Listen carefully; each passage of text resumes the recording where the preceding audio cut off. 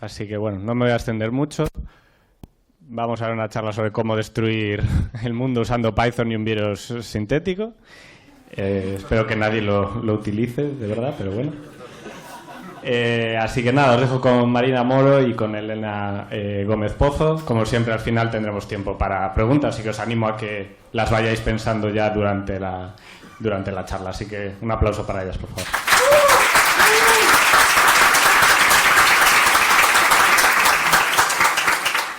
Bueno, buenos días. Como el compañero ha dicho, vamos a hablar de cómo destruir el mundo usando Python y un virus sintético.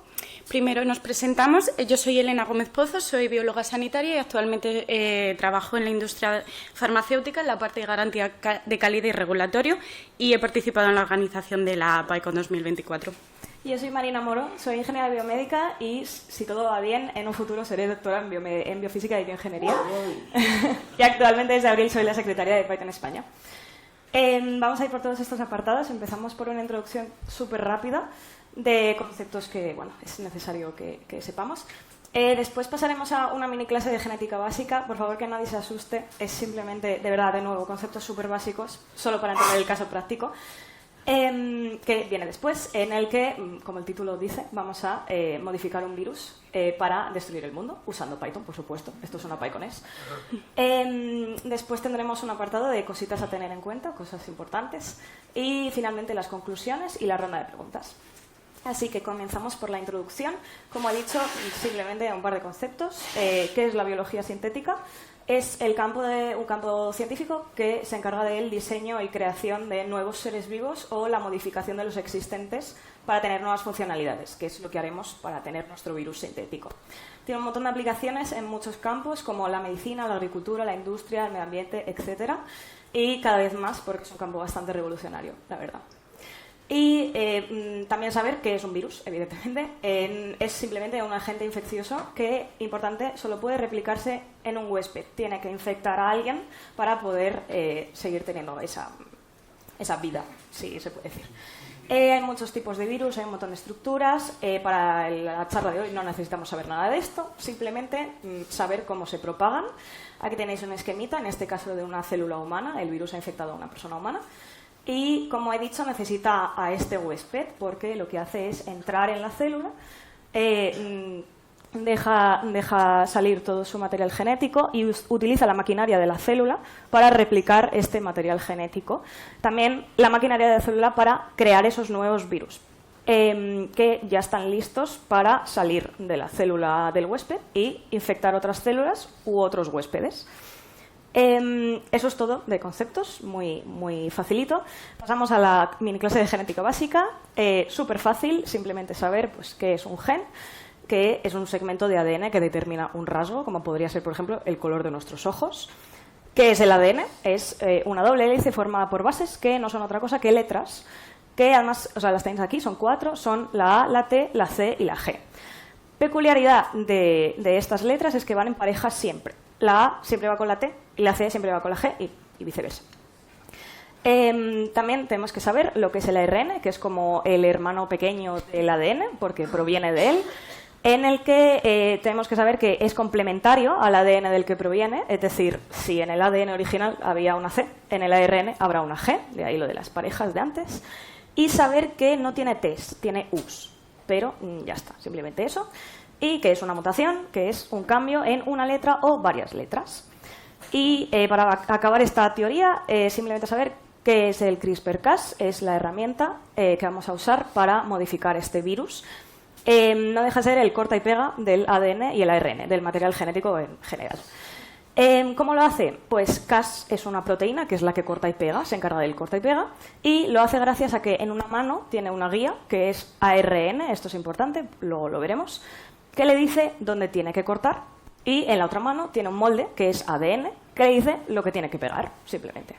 Entonces, aquí podéis ver un ejemplo muy sencillito. Si este es nuestro ADN original, esta podría ser nuestra guía y ese podría ser nuestro molde, que, como veis, si os fijáis en la guía, es este segmento de aquí, de este ADN original.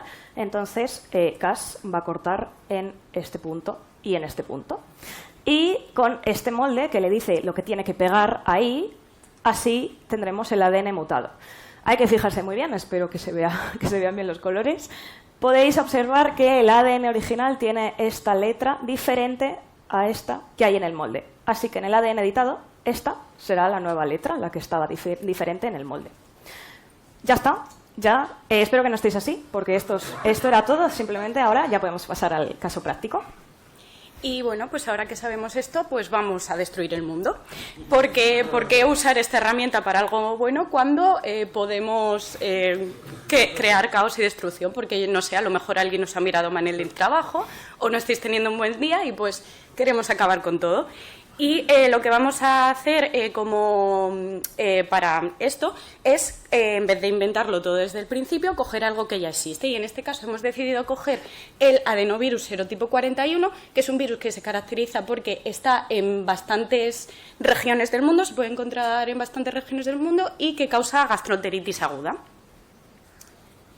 Vale. Lo digo porque, bueno, da igual, lo explico ya que estamos aquí en confianza. He pasado una noche bastante jiji, a lo mejor tengo yo el adenovirus serotipo 41. Nada, bromita aparte, perdón. Vale, necesitamos entonces tener el ADN original de este virus, de adenovirus serotipo 41. Aquí os enseño cómo obtener un archivo con este genoma entero. Os enseño esta base de datos, podéis buscarla en cualquier base de datos biológica o de genética, pero bueno, esta es una de las más famosas y es bastante sencillita. Simplemente pues es buscarlo aquí en esta subbase que es la de nucleótidos y podéis tener ese archivo con el genoma entero si lo descargáis pues con esto, Sensu y formato FASTA.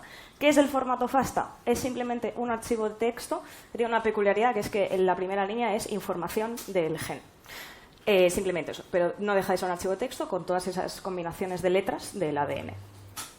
También podéis, en el caso, bueno, usaremos, spoiler, genes del virus del ébola para metérselos a este adenovirus serotipo 41.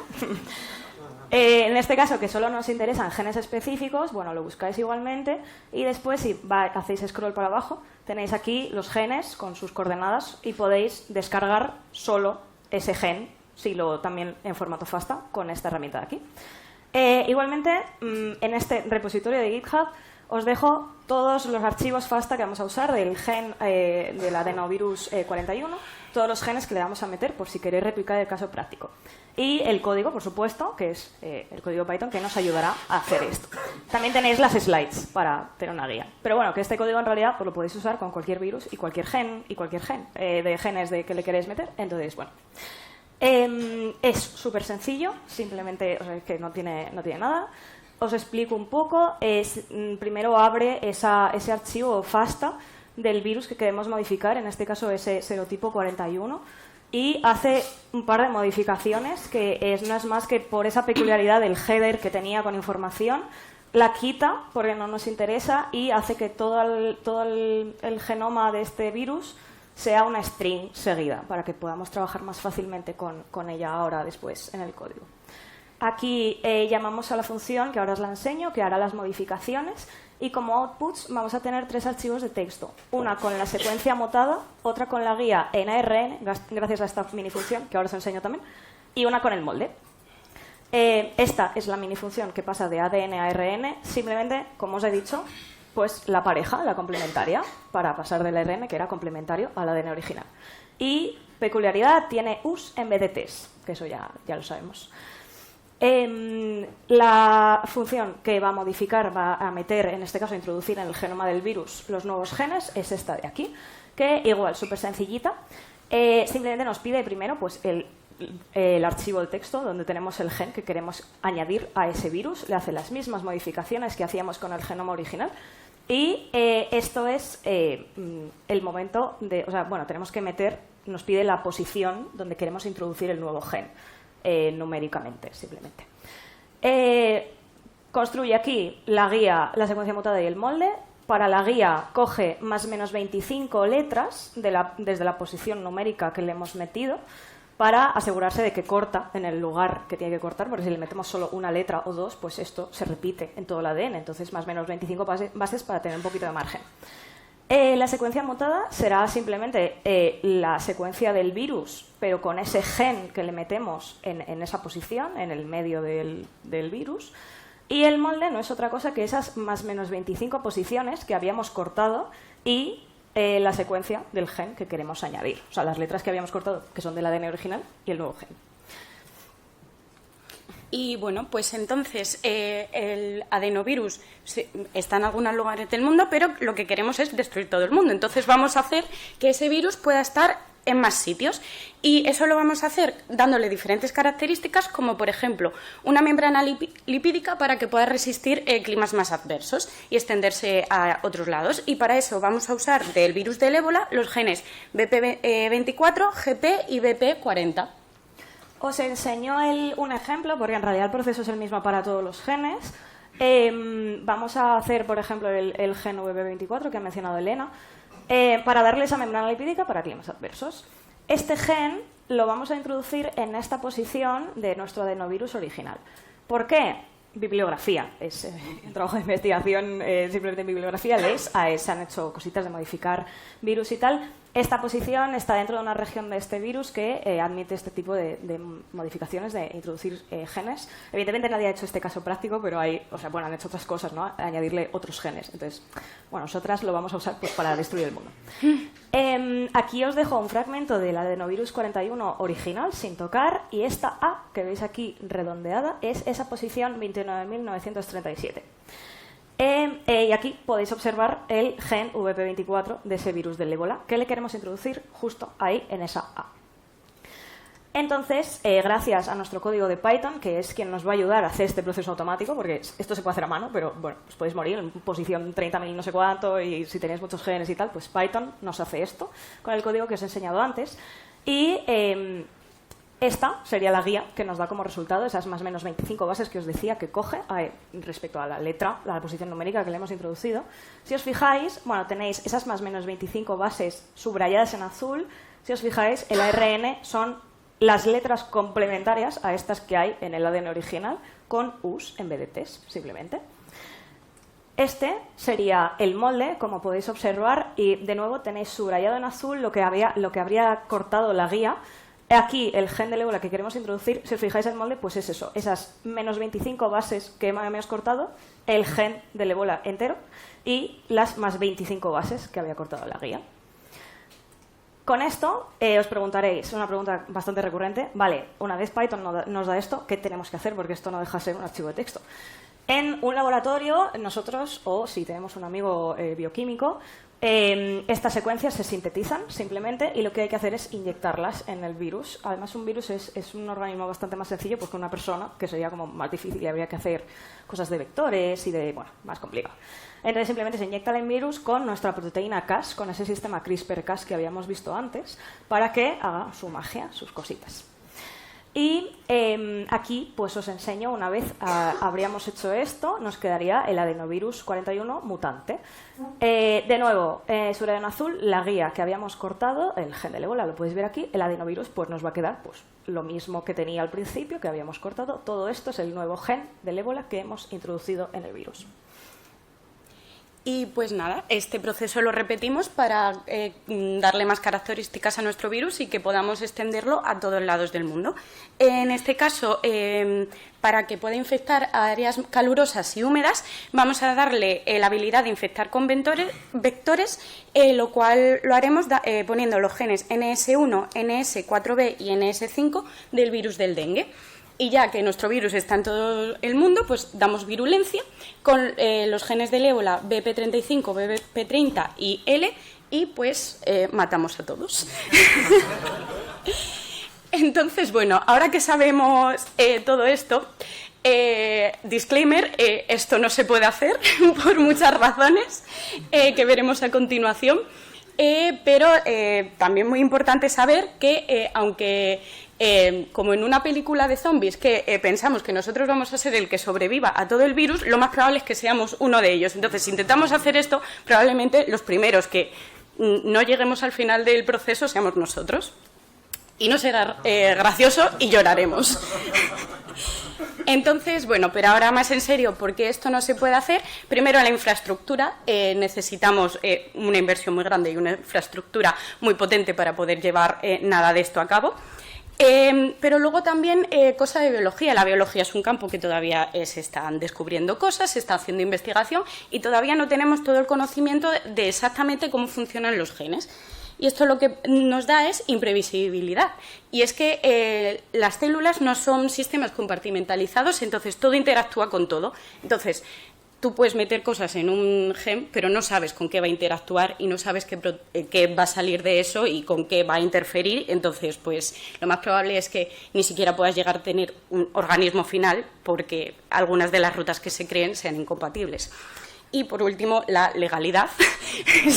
Esto es un arma biológica, es muy legal. El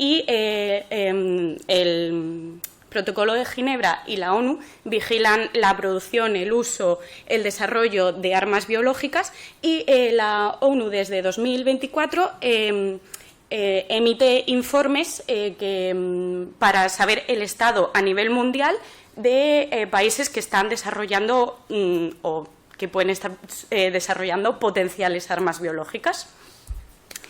Pero vale, y entonces dices, pues genial, me habéis dado una charla que no sirve para absolutamente nada. No, sí que sirve para algo y podemos hacer cosas buenas. Como por ejemplo, corrección genética, enfermedades que están causadas por mutaciones genéticas, pues podemos corregirlas usando CRISPR. Células CAR-T, este de hecho es mi campo de trabajo y son células que nuestras propias células nos las sacan, las modifican genéticamente y nos las vuelven a inyectar para que puedan luchar contra enfermedades como por ejemplo el cáncer. También se puede hacer tratamiento de virus. De hecho, durante el COVID se trabajó con la modificación para tratamiento de la enfermedad. Y, por último, enfermedades infecciosas. Esto a lo mejor no ha quedado muy claro antes. Hay enfermedades que se transmiten por vectores, es decir, que tienen hay virus que tienen parte de su ciclo de vida en un vector, un mosquito, una mosca, y que cuando pican a humanos o los muerden, ese virus entra en el humano y pues así es como se contraen estas enfermedades. Entonces, se pueden modificar las larvas, los embriones de estos vectores para que puedan reproducirse menos y pues así, eliminando el vector, también eliminamos la transmisión de la enfermedad. Y bueno, también un poco de shameless self-promo. Hemos hablado de algunas de estas terapias en la charla que dimos en la PyCon del año pasado, entonces si queréis quedaros con algo de esto, pues quedaros con la parte buena y la parte útil que se puede hacer con esto y bueno, podéis verlo en esta charla. Entonces, a modo de conclusiones finales, la biología sintética tiene diferentes aplicaciones. Y una de estas aplicaciones es la edición genética, que puede hacerse con CRISPR y para lo cual podemos usar Python para modificar estos genomas y para crear seres vivos a la carta. Con lo cual podemos desatar el caos porque al final podemos meter los genes que queramos donde queramos, pero siempre tenemos que tener en cuenta que un gran poder conlleva una gran responsabilidad y que teniendo este conocimiento siempre tenemos que usarlo para algo que pueda ayudar a la gente y pues eso, que no haga daño a nadie. Entonces, muchas gracias.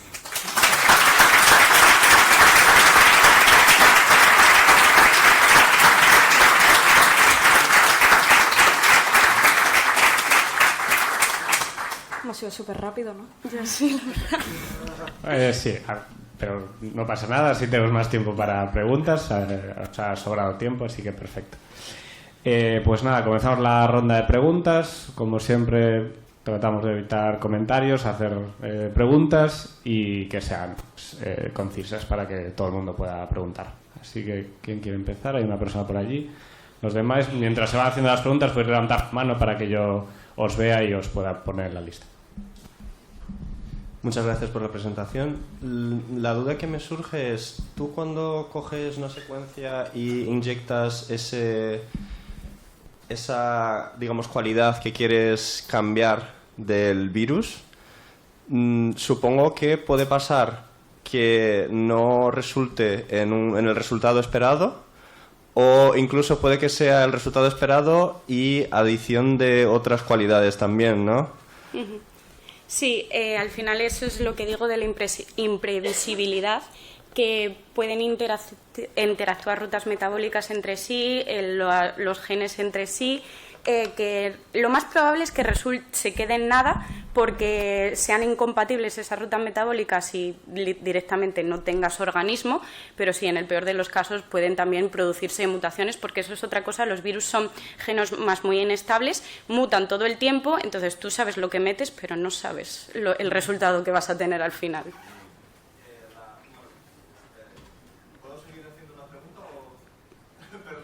Sí, pero vamos a tratar de ser breves, que todo el mundo pueda preguntar. No, sí, simplemente preguntar si la estructura de la proteína, cosas como lo que ha estado trabajando DeepMind, esa previsión de, según los componentes, cuál va a ser la estructura final, ¿tiene un efecto grande en lo que se va a conseguir o no tiene nada que ver? O sea, sí, en general en biología es bastante importante la estructura 3D de las proteínas y, bueno, en general de todo. Entonces, claro, es lo que te he dicho. Si una proteína no tiene la estructura que se supone que tiene que tener, esa proteína no funciona. Entonces, lo dicho, no puedes saber exactamente si la proteína que tú quieres que se produzca va a ser la que tiene que ser y va a ser funcional. Hola, muchas gracias por la charla. Mi pregunta es sobre el tratamiento de estos ficheros con los genomas, que si supone algún reto a nivel computacional, que son muy grandes, los puedes procesar normalmente como un archivo de texto plano, o hay algunos que necesitas algún tipo de optimización. En realidad, como no deja de ser un archivo de texto que son letras, a ver, sí, evidentemente si a este código, a Python o a cualquier herramienta le introduces un genoma entero, lo único es que va a tardar un poco más, pero que realmente a nivel de computación no es un reto, simplemente va a tardar más. Si le metes un gen más pequeño, pues tardará esto. Si replicáis el caso práctico veréis que son, nada, cuestión de menos de un segundo. Si metes un genoma, pues a lo mejor está minutos pensando, pero no es difícil. Hola, os quería preguntar, cuando, por ejemplo, te bajas un fichero, una imagen de Linux y luego te bajas el fichero de suma de comprobación y tal para ver que no se ha corrompido, en las proteínas o las células, tú cuando editas partes de esa cadena, luego la proteína tiene algún mecanismo de comprobación para decir, oye, se ha corrompido y esto lo rechaza. O sea, siempre puedes comprobar o sea, si realmente la modificación que has hecho es la que querías. Hay muchas herramientas online que sirven para alinear proteínas con lo que debería, con el estándar, ¿no? Entonces, esas incluso algunas yo creo que sí, que pueden como decirte qué efecto tiene, si es que tiene algún cambio. Pues si no, pues un ensayo científico y a prueba y error, que es como funciona la ciencia. Hola, buenas. Yo quería preguntar sobre el molde y la introducción del genoma en el ADN original. Para empezar, no entendí muy bien para qué servía el molde. O sea, a partir de una posición concreta del ADN, hacéis el molde cogiendo 50 caracteres alrededor. No, esa vale. era... Perdona, no, la guía. La guía es la que sí. coge los 50 caracteres vale. para cortar en ese fragmento. Vale, ¿y para qué sirve la guía exactamente? Porque a mí me dio la sensación de que a partir de la guía creabais el molde, ¿verdad? No, realmente no. O sea, está relacionado, evidentemente es porque es el mismo sistema. Pero no, la guía es esa secuencia que dices de 50 caracteres, que es... Cogemos esas más o menos 25 bases para que sea un poco más fiable y es donde va a cortarse el ADN. Ese fragmento se corta y se elimina. Y el molde es lo que queremos introducir en ese sitio que hemos cortado. ¿Qué pasa? Nosotras, en este caso, queríamos introducirle un gen entero de otro virus.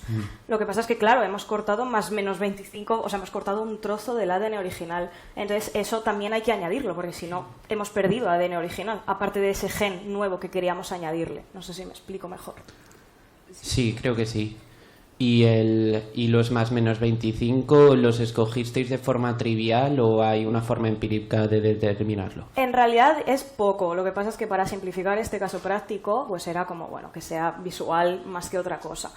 Es poco, por eso, o sea, el ADN son millones de letras, un ADN de persona humana, quiero decir. Son millones de letras, entonces, en realidad, cuanto más margen pongas, menos probabilidades de cortar donde no es, porque menos probabilidades de que una secuencia más larga se repita en cualquier otro sitio del ADN. También es un balance, no puedes cortar todo el ADN, evidentemente, porque seguramente ya si el experimento estos experimentos son complejos, si cortas todo el ADN es que, bueno, te vas a cargar el organismo directamente. Es un balance. Esto no, más o menos 25 bases no es un número que realmente se use, es poco, era simplemente por simplificar. También es que no puedes poner los genes donde te dé la gana, tienes que mirar bibliografía y ver dónde puedes meter ciertos genes para que efectivamente eso se produzca una proteína y se exprese, porque no puedes meter el gen en cualquier parte del ADN. Pues eso sería todo, gracias. Gracias. A ti.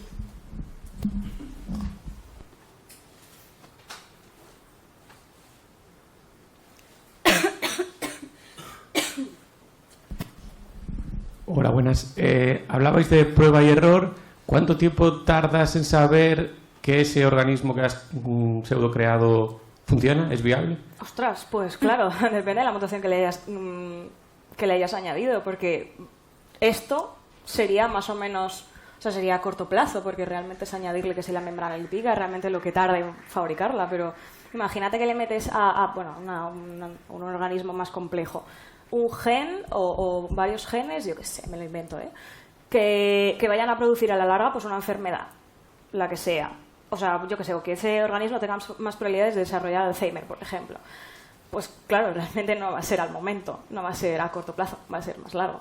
Pero la propia bacteria o el propio virus, ¿cuándo sabes que dice, bueno, está vivo, o sea, he conseguido que por lo menos que no se muera o algo así, y ahora tengo que probar? ¿Y ese tiempo son días, es una semana? ¿Cuándo sabes que eso está listo para poder probar? No lo sé. Es que depende muchísimo del organismo y, por ejemplo, un caso práctico que en realidad también es ilegal es la modificación de embriones, que no se puede hacer por aquello de la eugenesia y esas cosas, pero claro, si tú modificas ese embrión hasta que no se produzca el bebé y nazca y tal, no vas a saber si eso ha funcionado. Depende mucho de cada caso, depende de lo que le metas y sí. Y bueno, luego también los virus tienen periodos de incubación y todo eso, entonces a ti te infecta el virus, pero no tienes los síntomas al segundo. Tienes que esperar también a que el virus se replique y tenga la suficiente cantidad de virus en tu cuerpo como para empezar a presentar síntomas. Y bueno, aparte que otra cosa que no se puede hacer de este caso, claro, si tú modificas un virus, luego no lo puedes sacar del humano y meterle algo y volvérselo a meter. Entonces, en general quiero que quede muy claro, esto no se puede hacer.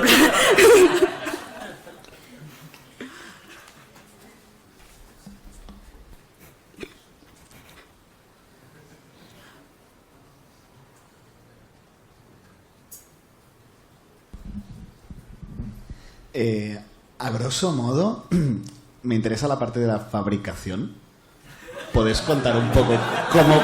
O sea, ya. Me refiero en plan, va con sustancia... Bueno, es que no sé cómo va, o sea, si podéis... No, siguiente pregunta. No, perdón. A ver, pues nada, en general tendrías que... O sea, haces todo el procesamiento del virus en Python para tener la secuencia, luego lo mandas a secuenciar y luego básicamente es... Bueno, en realidad esto sería inyectarlo en una bacteria o en un organismo que pueda producir las partículas del virus y sí, hasta que lo tengas, y luego también tendrías que hacer pruebas viendo pues que efectivamente tienes virus, que eso también se podría hacer, supongo que pruebas de concepto con otras bacterias viendo si las infecta o no. Pero sí, o sea, tampoco la fabricación como tal tampoco sería nada excesivamente complejo para lo que hay, pero no lo hagas. Gracias.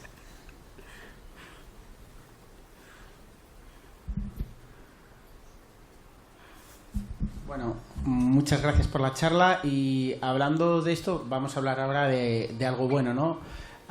¿Qué probabilidades hay? Porque sé que está habiendo problemas, por ejemplo, una enfermedad muy común que es la diabetes. Uno de los tipos es debido a que tus propias células atacan las partes que están en el páncreas encargadas de producir la insulina.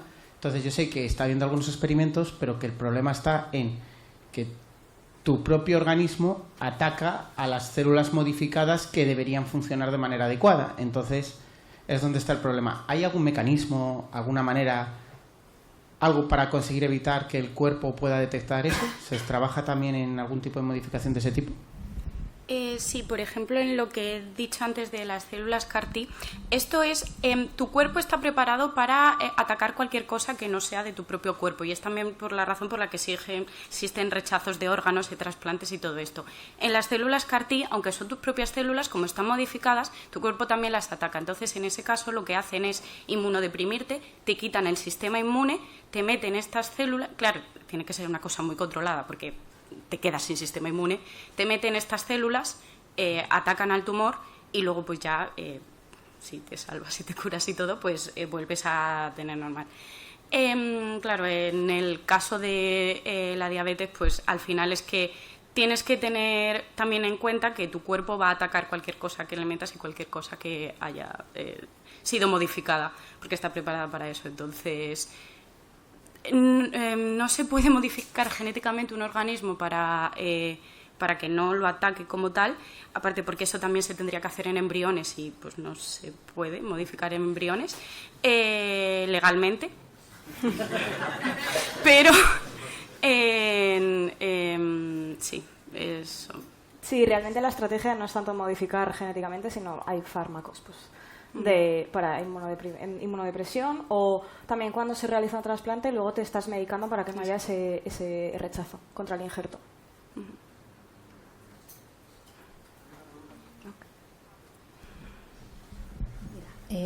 ¿Tú sabéis si en investigación se está utilizando esto a nivel de cultivos celulares? A lo mejor para hacer pruebas con cultivos celulares, a lo mejor inyectando ahí virus o bacterias o algo así. Sí, algo muy común. Bueno, en células, más en animales también. Se hacen muchos knock-in, knockouts, que es estas modificaciones de meter un gen de tal, no sé qué, para tener modelos científicos. A lo mejor es eso, se hace más en animales porque ya es algo bastante complejo y bastante caro, entonces una célula suele ser más prueba de concepto. Para tener un modelo de pues, una enfermedad o que esté en alguna condición específica, que necesites algo así, se usa mucho para tener ese modelo, desde un ratón, por ejemplo, sano, pues para tenerlo con, yo qué sé, lo que sea, enfermedad, cosa. Una pregunta más. Sí. Tenemos una aquí y otra al final, ¿verdad? Hola, gracias por la charla. Antes de la fabricación, que es lo que nos interesa a todos al final, creo, sé que en proteínas, por ejemplo, en farmacología, se usan herramientas que permiten simular la interacción con el cuerpo humano antes de probarla con lo que es una persona de verdad. Para hacer miles o millones de experimentos simultáneos, a lo mejor en un CPD de conmutación o algo así. ¿Vosotros, en este caso, hacéis alguna cosa parecida? Antes, por ejemplo, para descartar aquellas opciones que son completamente inviables, por ejemplo. A ver, o sea, esto es solo teórico, no nos hemos puesto en serio. En general yo tampoco trabajo con ello, pero supongo que sí que habrá grupos de trabajo que se dediquen a esto como tal y hagan esas simulaciones antes, porque no te vas a poner, vale, sí, la ciencia es prueba y error, pero tampoco te vas a poner a probar todo esperando a ver qué sale. Pero sí, no, personalmente no conozco ninguna. Yo tampoco, la verdad es que mi investigación es mucho más a nivel básico, pero sí que existen estas herramientas que comentas, y también existe a nivel experimental. Hay paneles especialmente para probar fármacos que bueno, pues prueba y error, no sabes cuál te va a funcionar o cuáles o en qué nivel, y hay paneles de, no sé, cientos de fármacos al mismo tiempo para probar. Son Son tecnologías muy nuevas y muy, muy chulas, la verdad, que es mucho con procesamiento de datos también después, porque claro, al final tienes un experimento masivo, pero estos sistemas son como a nivel milimétrico o mucho menos. Está muy chulo, la verdad. A nivel experimental también se puede hacer cosas parecidas. Estamos justo en los tiempos. Vamos a hacer la última pregunta. Muy buenas, muchas gracias. Quería preguntar el hecho de que imaginemos que no construimos el virus, pero que el virus no es tonto y muta, al fin y al cabo, y consigue los genes que le hemos puesto. Pero ha recurrido millones de años o cientos de miles y no lo ha hecho. O sí lo ha hecho y no sobrevivió. Entonces, es importante, o sea, es interesante meterle una cosa que sabemos que quizás haya probado y vaya a morir. O sea, sí, en realidad sí. Sería muy buena forma de acabar con alguna pandemia, algún tal. Es lo que ha mencionado Elena, realmente contra el COVID. Bueno, ella ha mencionado que se usó como terapia el método CRISPR. Sé que había ensayos también, no sé si con el COVID o con otros virus, que consiste en precisamente modificar el virus que está en el ambiente para que pierda pues virulencia o funcionalidad. Entonces, sí, realmente sí. No es algo sencillo, claro, porque hay un virus pues, por todas partes, pero sí. Sí, de hecho en otros experimentos con biología también se hace, le pones algún tipo de gen a, por ejemplo, a bacterias, porque dices, vale, necesito que en este momento pues esta bacteria se haga resistente a no resistente, que este antibiótico la mate para parar el experimento. Entonces, que sí, que eso es una cosa es una técnica que se usa, poner genes ahí que te permitan controlar un poco su ciclo de vida. Perfecto, pues muchísimas gracias a nuestras ponentes.